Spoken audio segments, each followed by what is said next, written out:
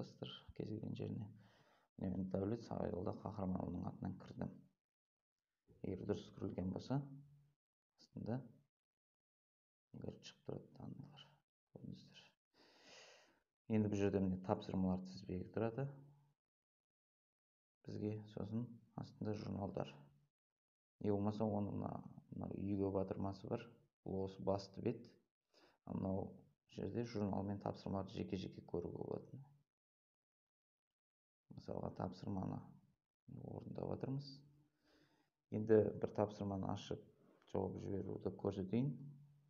Бірден артынан не орындалып жатыр, табиғи апаттар дейді. Міндетті түрде разрешитті басуларың керек, оқушылар айтпақшы. Табиғи апаттар дейді. Неден сабақ алғашқы әскери дайындық.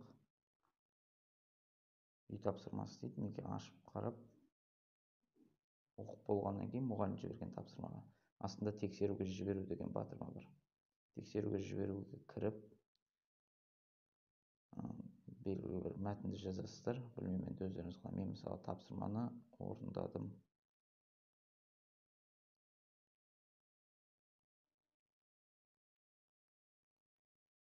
деп жазамын.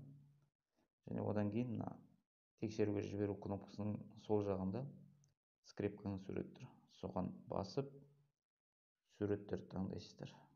Яғни сіздердің жасаған конспектлеріңіз, тапсырмаларыңызды суретке түсіріп, осылай жүктегеннен кейін міне EMG осындай деп суреттеріңіз шығады. Үшеу жүктесеңіздер, үшеу, қанша жүктесеңіздер соған қарай сурет шығып отырады астына. Енді тексеруге жіберу батырмасын бассаңыздар, мұғалімге тексеруге кетеді. Енді бұл жаңа приложение болғаннан кейін неше түрлі ошибкалар береді, кішкене шыдауларыңыз керек.